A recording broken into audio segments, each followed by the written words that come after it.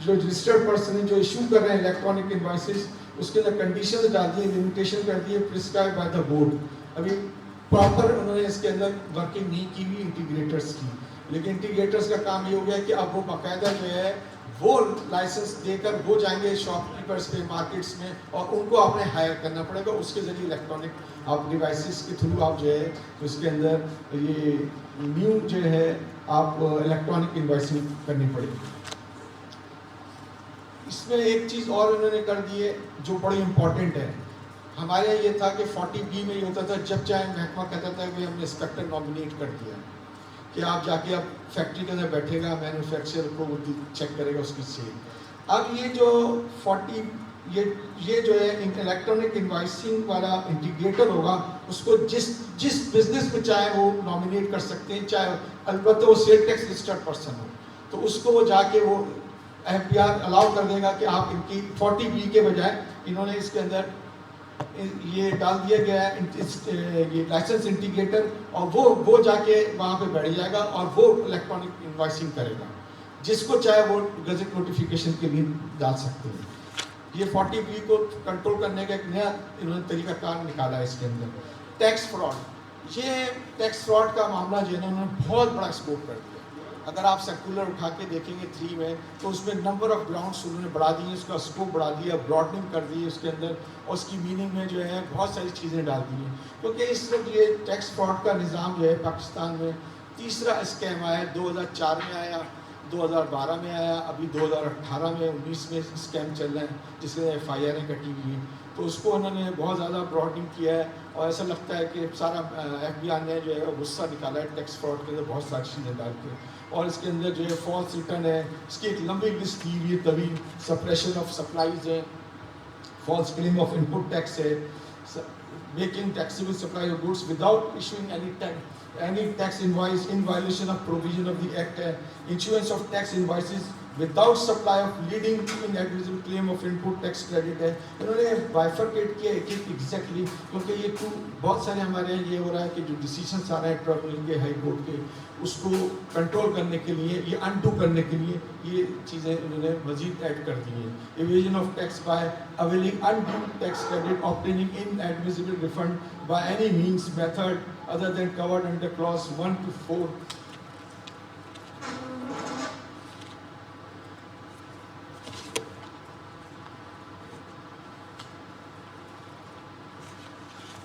یہ complete list ہے جس کے اندر یوزنگ فالس فائنینشیل ریکارڈس بھی ہیں, اور ایکسپائری ہونے کے بعد جو ہے 3 months کی ایکسپائری ہونے کے بعد اس کا جو ہے کلیکشن ڈپازٹ اگر فیل ہو کے نہیں دیا, یہ جو چیز ہے SRO میں بھی ہمیں پرابلم کریٹ کر رہی ہے کہ وہ 7 دن کے اندر کرنا. اس میں SRO پہ آخر میں ہم ڈسکشن کریں گے جو SRO کا 350 ہے نا.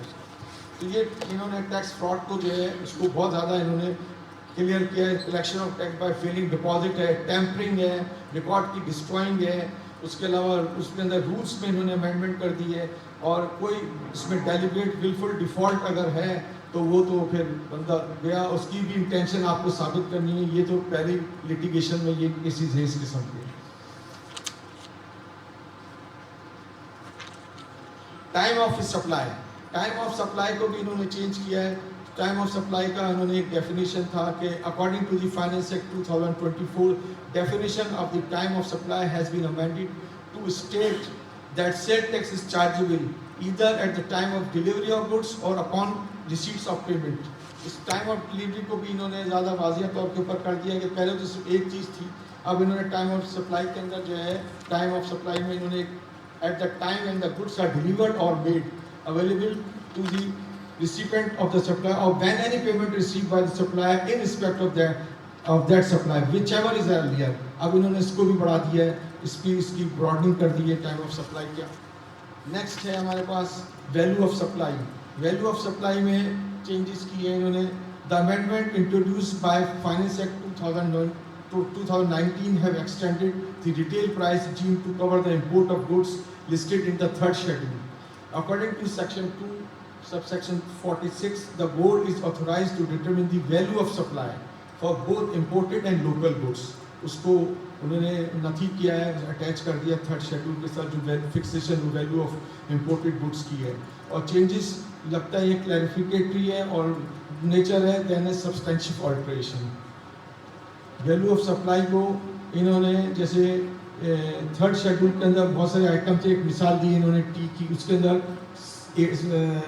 18% سیل ٹیکس کے بعد بھی آپ کو دینا ہے 146%. یہ انہوں نے ایک فارمولا دیا ہے. چونکہ میں اس کو ایکسپلین کرنا چاہ رہا تھا لیکن ٹائم کی تھوڑی سی کمی ہے. نیکسٹ ہے جناب best judgment assessment. Best judgment assessment کو بھی یہ کانسیپٹ لیا ہے. The idea of best judgment broadened similar to the existing under the income tax ordinance 2001.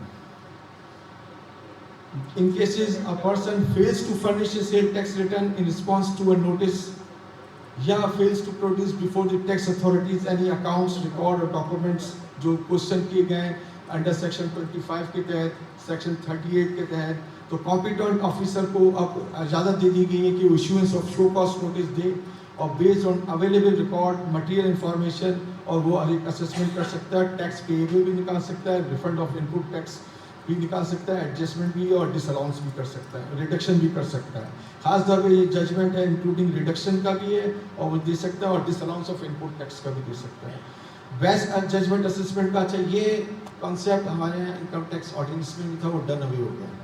وہ 122 یہ کہتا ہے کہ اگر آپ کوئی نیو ٹیکس پیئر ہے اور اس نے جو ہے این ٹی این لیا ہوا ہے اور ریٹرن نہیں فائل کر رہا ہے یا این ٹی این بھی نہیں لیا ہوا, اس کو ex parte order best judgment کرتے تھے, پھر اس کے اندر 60 days میں وہ ریٹرن ویل فائل کر دیتا تھا تو وہ ابیٹ ہو جاتا تھا, آٹومیٹکلی ختم ہو جاتا تھا اس کی demand.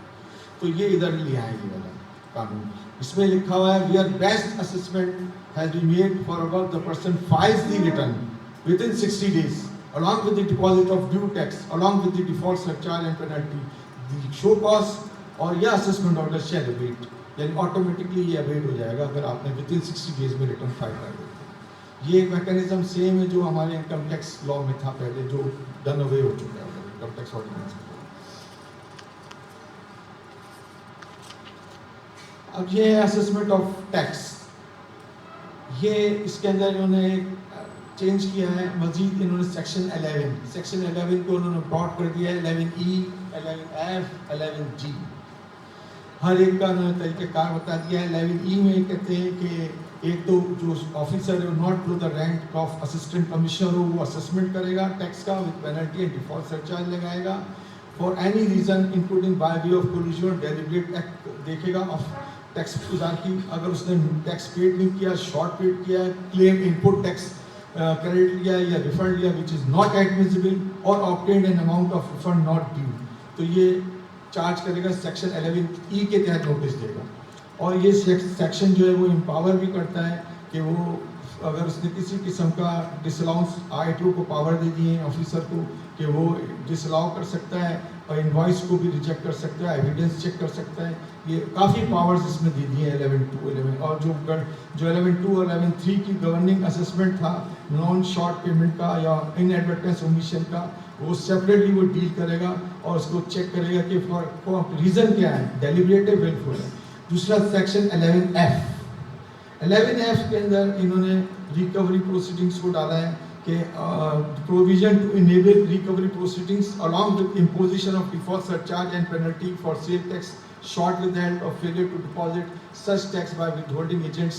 These provisions were already part of the statute under section 11(4)(a) which has جو تھا وہ اس کو omit کر کے انہوں نے اس کے اندر 11F ڈالا ہے. اصل میں سیکشن 11 اسٹیبلش ہو چکا تھا, کافی اس کے اوپر کیس لا ہیں, ڈیسائیڈڈ ہیں. اب انہوں نے اس کو جو ہے نا اس کی میں سے بھی 3 چیزیں نکال کے الگ الگ کر دی تاکہ وہ ٹو ڈیفیٹ کی جو ہمارے فیلڈ کے اندر آرڈرس ہوئے ہیں ٹربیونل کے ہائی کورٹ کے, اس کو ڈیفیٹ کرنے کے لیے انہوں نے اس طرح کی اس کے اندر پروویژنس ڈالی گئی ہیں تاکہ وہ ہسٹری ریپیٹ نہیں ہو. 11G میں انہوں نے کہا ہے کہ period 11G of the Act provide the time period within which show cause notice under section 11D, 11E, 11F of the Act can be issued and fix the time frame within which such proceedings are required to be concluded. These time limits are same to the one earlier ordained in section 11.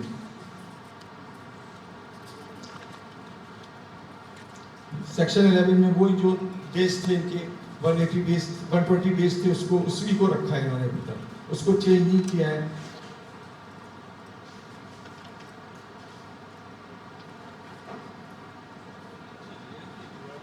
جی ہاں میں پڑھ رہا ہوں.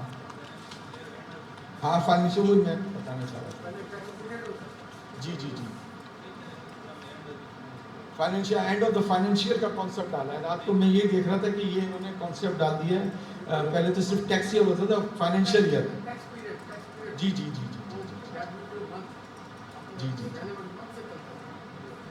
جی ہاں بالکل آپ صحیح فرما رہے ہیں.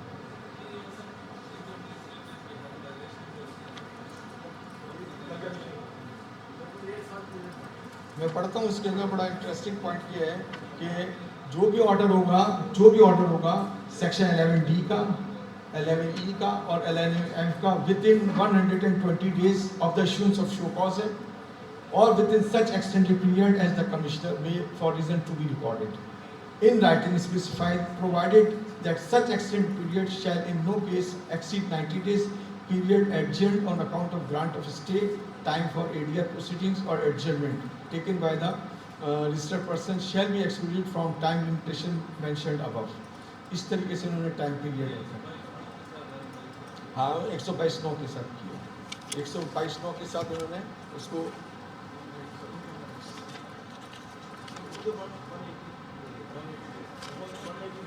جی ہاں. اب سیکشن 25 ہے آڈٹ کا.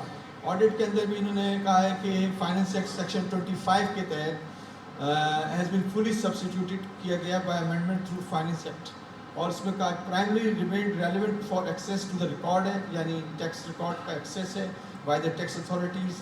ساتھ میں authorising the officer in land revenue officer to conduct audit on the basis of record obtained from the registered person by the commissioner, which has been authorized to direct an officer of inland not below the rank of assistant commissioner audit officer on the basis of reasons to be recorded in writing to carry out. پہلے reason نہیں ہوتا تھا, اب انہوں نے reason ڈال دیا ہے. اسی طریقے سے جیسے انکم ٹیکس میں سلیکشن آف آڈٹ ہوتا ہے, اب اس کے اندر ریزن ڈال دیا ہے انہوں نے کہ آپ کو ریزن دے گا آفیسر کی کیوں آپ کا سلیکٹ ہو رہا ہے. اور